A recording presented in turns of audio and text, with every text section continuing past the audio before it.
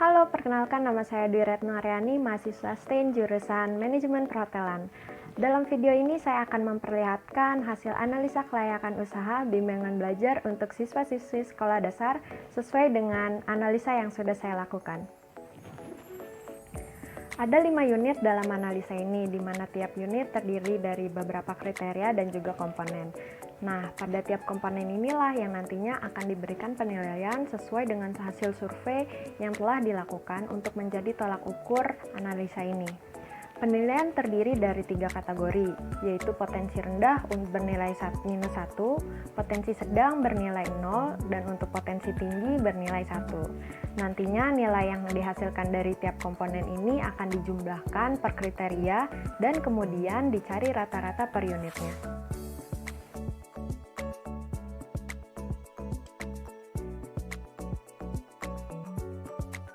Unit pertama dalam analisa ini adalah analisa kekuatan ide bisnis jasa dengan 2 kriteria. Yang pertama ada tingkat keinginan pasar terhadap jasa, dan yang kedua permintaan jasa di survei langsung atau online.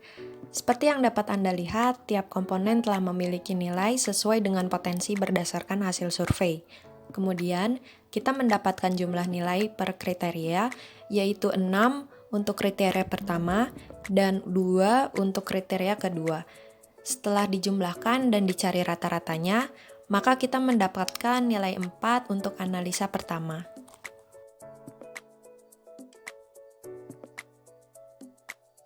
Selanjutnya unit kedua yaitu analisa kelayakan target industri. Sama dengan unit sebelumnya, unit ini memiliki 2 kriteria, yaitu daya tarik industri dan daya tarik target pasar dan konsumen. Jumlah nilai per kriteria yang didapat yaitu 2 untuk kriteria pertama dan 3 untuk kriteria kedua. Jumlah ini lebih sedikit dari jumlah nilai kriteria di unit sebelumnya karena mayoritas komponen berpotensi sedang, yang artinya nilai 0. Setelah dijumlahkan dan dicari rata-ratanya, maka kita mendapatkan nilai 2,5 untuk analisa kedua.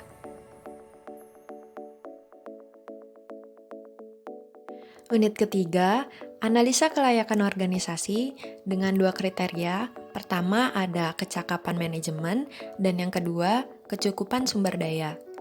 Jumlah nilai per kriteria yang didapat adalah 3 untuk kriteria pertama dan 1 untuk kriteria kedua. Kemudian kedua hasil tersebut dijumlahkan menghasilkan 4, maka rata-rata yang didapat adalah 2 untuk nilai analisa ketiga. Next, unit keempat yaitu analisa kelayakan finansial. Berbeda dari unit-unit sebelumnya, unit ini terdiri dari 3 kriteria, yaitu total modal awal yang dibutuhkan, kinerja keuangan bisnis sejenis, dan daya tarik finansial keseluruhan.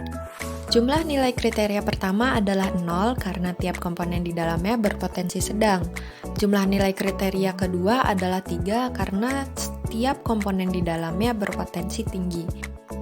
Dan jumlah kriteria ketiga adalah 4. Jadi, dari jumlah rata-rata kriteria, kita mendapatkan nilai 2,3 untuk nilai analisa keempat. Well, last but not least, unit kelima yaitu analisa potensi keseluruhan. Sesuai dengan judul unit ini, berbeda dari unit-unit sebelumnya, karena unit ini menggabungkan potensi akhir dari unit 1 sampai 4, yang kemudian dikelompokkan kembali seperti berikut. Unit -1 sampai 0 berarti tidak layak, 0 sampai 2 adalah layak, dan lebih besar dari 2 berarti sangat layak.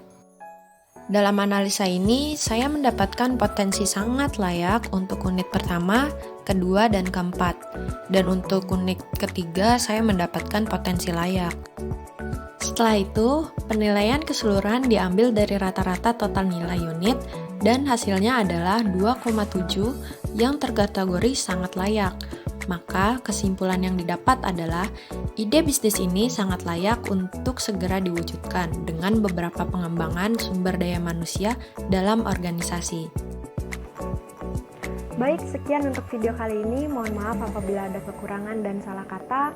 Semoga video ini bermanfaat untuk kita semua. Terima kasih, sampai jumpa.